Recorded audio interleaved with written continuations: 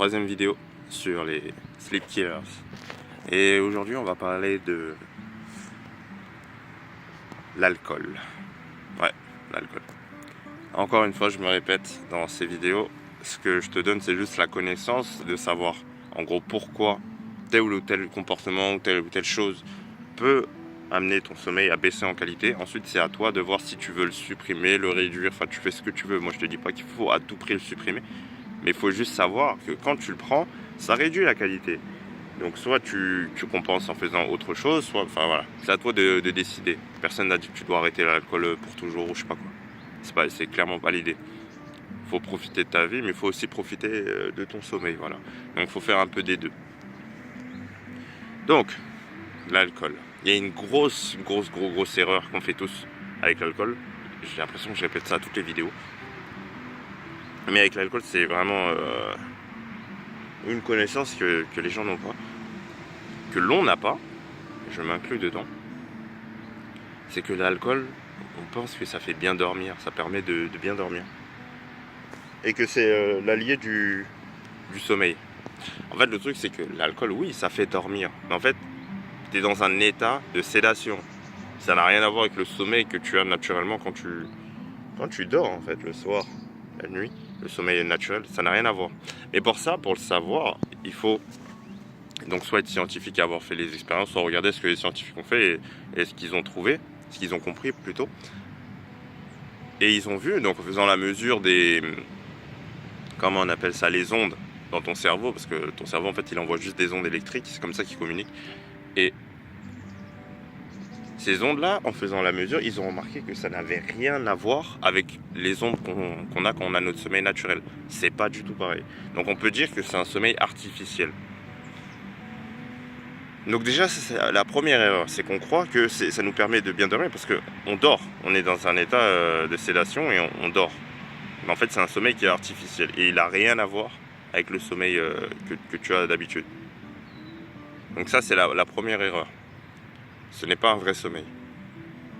Ce n'est pas un vrai sommeil. La deuxième chose, c'est que l'alcool, de manière générale, ça va...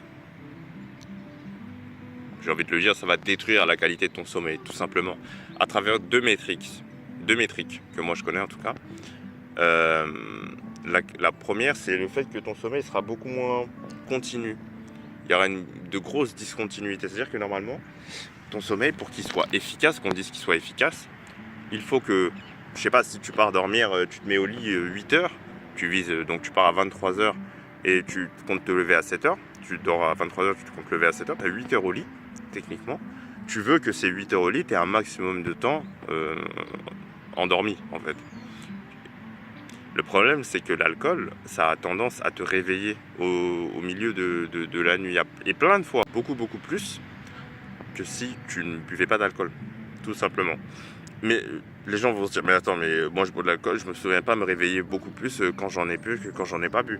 Ouais, parce que le cerveau, en fait, il fait pas l'effort de commit, entre guillemets, pour ceux qui font de l'informatique, ils vont comprendre. On va dire d'enregistrer ça. Le cerveau fait pas toujours l'effort d'enregistrer les souvenirs, surtout, bon là, le souvenir que tu t'es réveillé, est-ce que c'est vraiment utile? Non.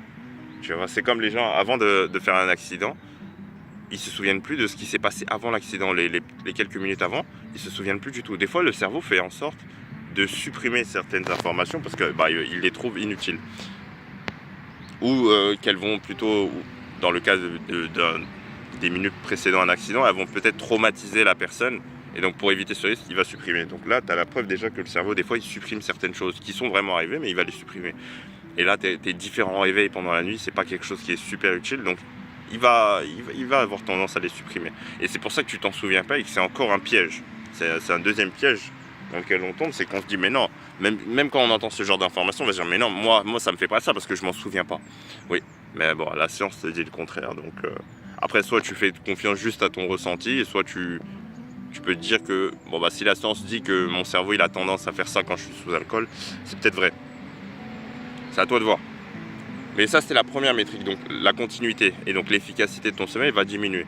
C'est-à-dire que pour un 8 heures de sommeil au lit, tu vas te retrouver avec, je sais pas, peut-être 6 heures, même peut-être 5h30 à avoir vraiment dormi. C'est triste, c'est misérable entre guillemets. Tu n'as pas envie de passer 8 heures au lit pour avoir 5h30, pour avoir dormi 5h30. C'est comme si tu étais parti au lit 2-3 heures plus tard en fait, tu vois. C'est un peu dommage. Tu te casses la tête à... Et c'est pour ça encore que je dis, il vaut mieux éviter les mauvaises choses plutôt que de forcément vouloir faire toutes les bonnes choses, tu vois. Évite les mauvaises choses en première et ensuite concentre-toi sur les bonnes choses. Je parle des habitudes de sommeil. Là, je regarde en bas parce que je vois on va dire un animal là, qui peut m'attaquer, donc c'est pour ça que je fais attention. Je regarde un peu ce qu'il fait. Mais oui. Donc ça, c'était la première métrique. La deuxième métrique, ça va être on a parlé d'efficacité. La deuxième métrique, ça va être ce qu'on appelle ton REM sleep. Ton REM sleep, c'est quoi? C'est Rapid Eye Movement en anglais. C'est le sommeil paradoxal. On dit paradoxal en français. Et en fait, durant ce sommeil-là, je vais m'écarter parce que là, je sens que ça va m'attaquer. Durant ce sommeil-là, en gros, c'est souvent le sommeil qui va être associé au rêve, etc. Et durant ce sommeil-là, tu vas avoir la consolidation de ta mémoire, la recharge mentale, en fait, le fait que tu sois un peu... que tu récupères mentalement de la journée que tu as passée. Tout ce genre de choses, et notamment un truc important pour les hommes et pour les femmes, je le répète, hein, pour les hommes et pour les femmes, c'est là où tu vas avoir le plus de production de testostérone pendant ce REM sleep. Et en fait, ce qui se passe, c'est qu'ils ont remarqué, les scientifiques, en faisant la mesure des ondes du cerveau quand tu dors, donc entre un cerveau qui est alcoolisé et un cerveau qui est non alcoolisé, ils ont remarqué que l'alcool, ça bloquait carrément le REM sleep, ça t'empêche d'aller dans cet état-là. Ok ? Donc tous les bénéfices dont je viens de parler, tout ce qui va être lié à la testo, à la consolidation de ta mémoire. C'est pour ça que souvent les gens ils oublient ce qui s'est passé les jours d'avant après avoir pris de l'alcool, parce que en fait ça fait du mal à ton cerveau, et notamment la phase REM sleep, elle est totalement supprimée. Donc tu te retrouves seulement avec l'autre phase de sommeil. Tu vois, c'est comme si tu avais juste la moitié, tu as le droit à seulement la moitié de ton sommeil. Ce qui est terrible. Donc c'est pour ça c'est quelque chose qu'il faut faire avec modération. C'est pas, ça a des conséquences. Ça a des conséquences. Et ouais, je pense que c'était tout pour cette vidéo. J'ai pas d'autres idées en tête. Donc vraiment le côté sédation, qui n'est pas un sommeil naturel, et le problème de l'efficacité de ton sommeil en fait. Tout simplement. Ton sommeil perd en qualité, et est-ce que c'est vraiment ce que tu veux? C'est à toi de peser le pour et le contre. Ok, maintenant que tu as cette connaissance, pèse le pour et le contre et réfléchissez. C'était tout pour cette vidéo. C'était NZ.